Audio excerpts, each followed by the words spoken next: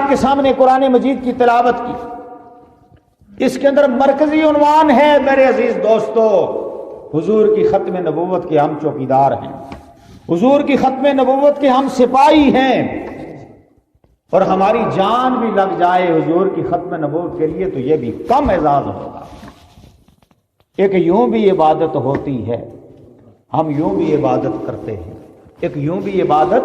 ہوتی ہے، ہم یوں بھی عبادت کرتے ہیں، ناموس رسول اکرم کی جان دے کے حفاظت کرتے ہیں، رسول اللہ صلی اللہ علیہ وسلم کی ناموس کی، عزت کی، وقار کی، عظمت کی حفاظت کرنا یہ ہمارے ایمان کا حصہ ہے، اس کے بغیر ایمان کی تکمیل نہیں ہو سکتی۔ زباں پر مومنوں کے جب بھی نام تاجدار آئے تو لازم ہے کہ اس کے بعد ذکر چار یار آئے، ابو بکر و عمر عثمان و حیدر باغباں جب ہوں کیوں کر نہ باغ مصطفیٰ میں ایک بہار آئے، اور جب تک کہ میں نہ کٹ مروں محمد الرسول اللہ کی عزت پہ، جب تک کہ میں نہ کٹ مروں محمد الرسول اللہ کی عزت پہ، خدا شاہد کی اس وقت تک کام ولیمہ ہو نہیں سکتا۔ یہ جذبات جب تک نہیں ہوں گے اس حدیث پہ آپ پورا نہیں اترتے جو پیارے آقا کی زبان سے، مسجد نبوی میں آپ کی زبان سے جاری ہوئے الفاظ، اور صحابہ نے اپنے دل و دماغ میں سمو لیے، لا یؤمن احدکم حتی اکون احب الیہ من والدہ وولدہ والناس اجمعین۔ اس وقت تک تم میں سے کوئی مومن نہیں ہو سکتا، کوئی مومن نہیں ہو سکتا جب تک کہ میں محمد عربی صلی اللہ علیہ وسلم اس شخص کو اپنے ماں باپ سے، اپنی اولاد سے، اپنی جائیداد سے، اپنی عزت و آبرو سے، اور حتیٰ کہ اپنی جان سے بڑھ کر زیادہ پیارا نہ ہو جاؤں۔ یہ ترازو آپ کو اللہ نے دے دیا ہے، اب آپ اپنے معیار کو خود رب کے سامنے قائم کریں کہ ہمیں رسول اللہ کتنے پیارے ہیں، ہمیں حضور کا دین کتنا پیارا ہے، ہمیں قرآنی تعلیمات کتنی پیاری ہیں، ہمیں اللہ اور اللہ کے رسول کے احکامات کتنے دنیا سے بڑھ کر عزیز ہیں۔ یہی اپنے اپنے ایمان کی معیار ہے، اپنے اپنے ایمان کی بات ہے۔ تو کیا فرمایا رب العالمین نے؟ فرمایا وَإِذْ أَخَذَ اللَّهُ مِيثَاقَ النَّبِيِّينَ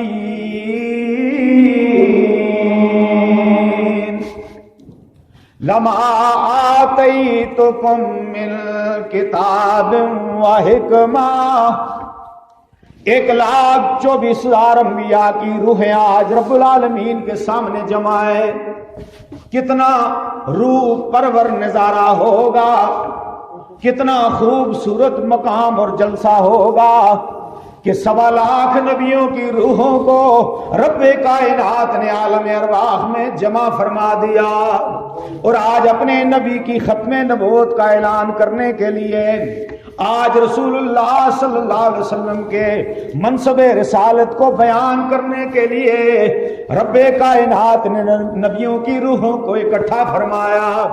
اور فرمایا لما آتیتکم من کتاب و حکمہ، او میرے پیغمبرو،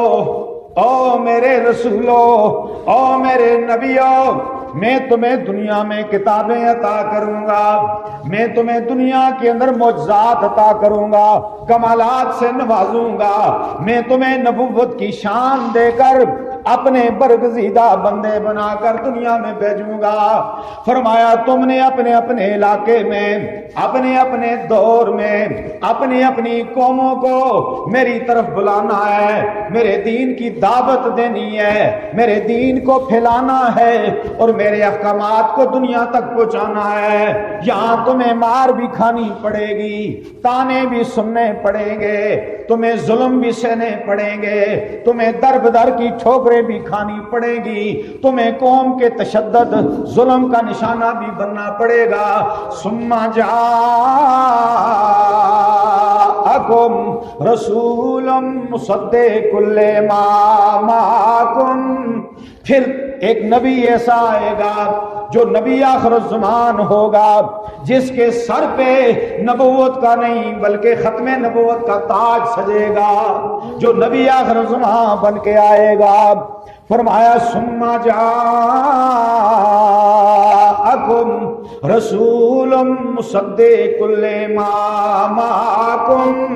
لتؤمنن به ولتنصرن۔ نقطہ سنیے،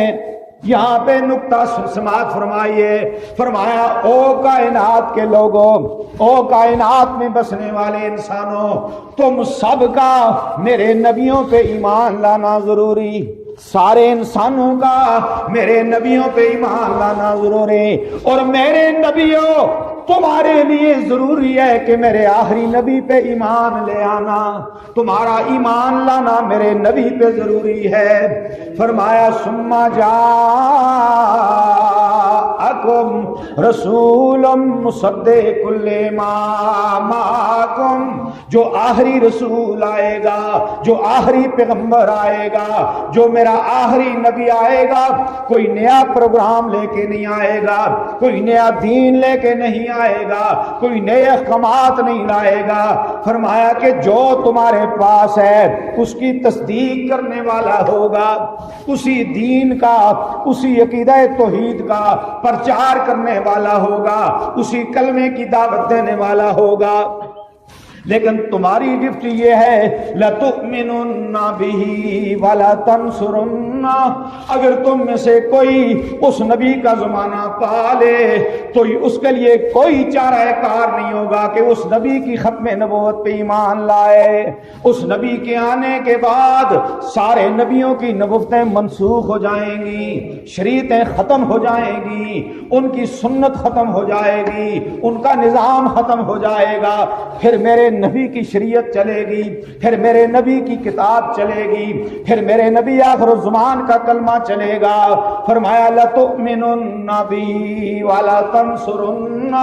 تم نے اس نبی پہ ایمان بھی لانا ہے اور دین کے کاموں میں اس نبی کی مدد بھی کرنی ہے،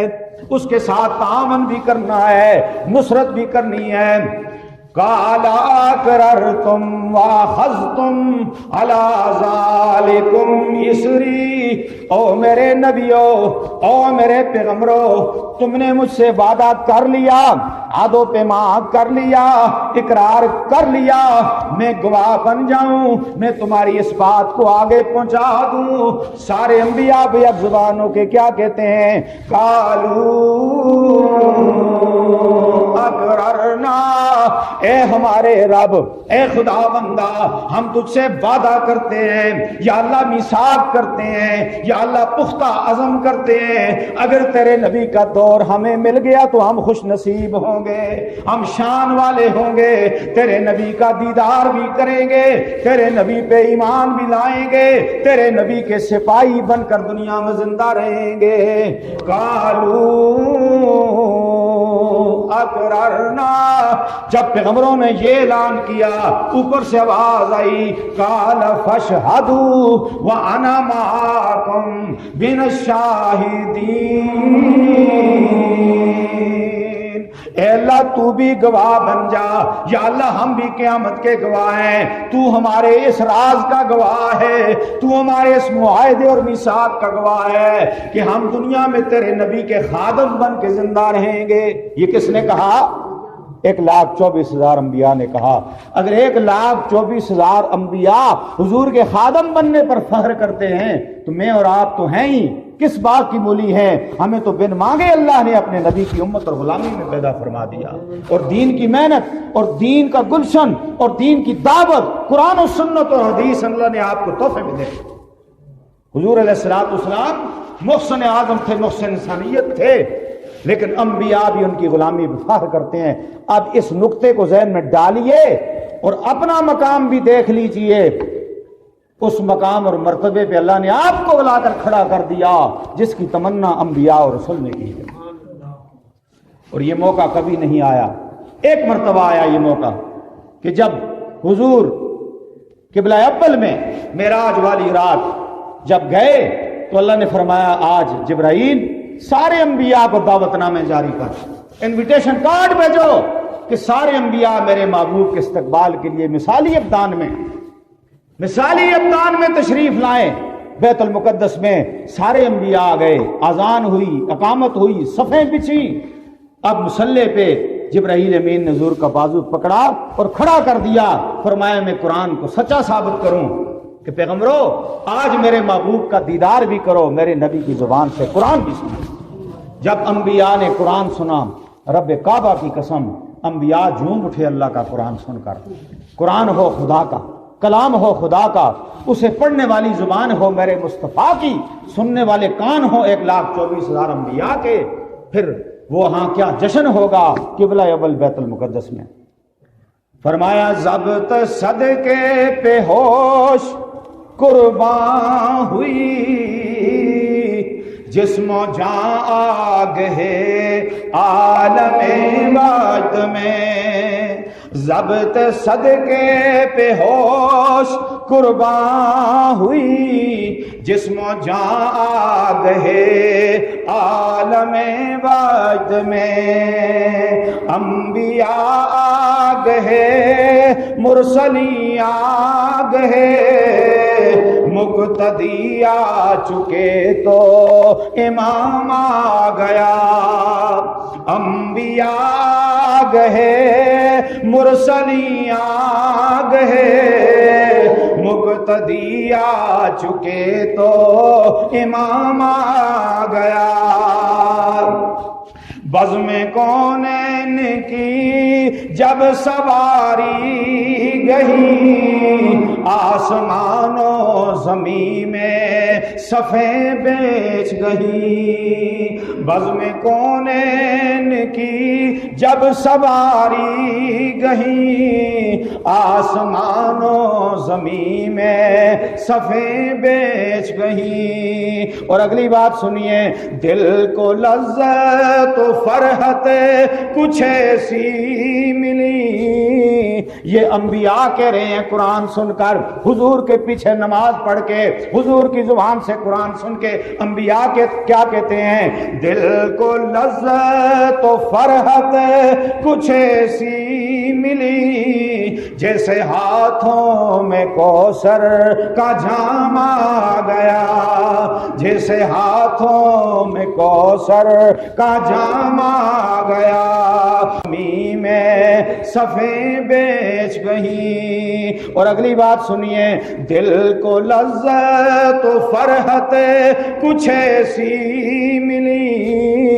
یہ انبیاء کہہ رہے ہیں قرآن سن کر، حضور کے پیچھے نماز پڑھ کے، حضور کی زبان سے قرآن سن کے انبیاء کے کیا کہتے ہیں؟ دل کو لذت و فرحت کچھ ایسی ملی، جیسے ہاتھوں میں کوثر کا جام آ گیا، جیسے ہاتھوں میں کوثر کا جام آ گیا،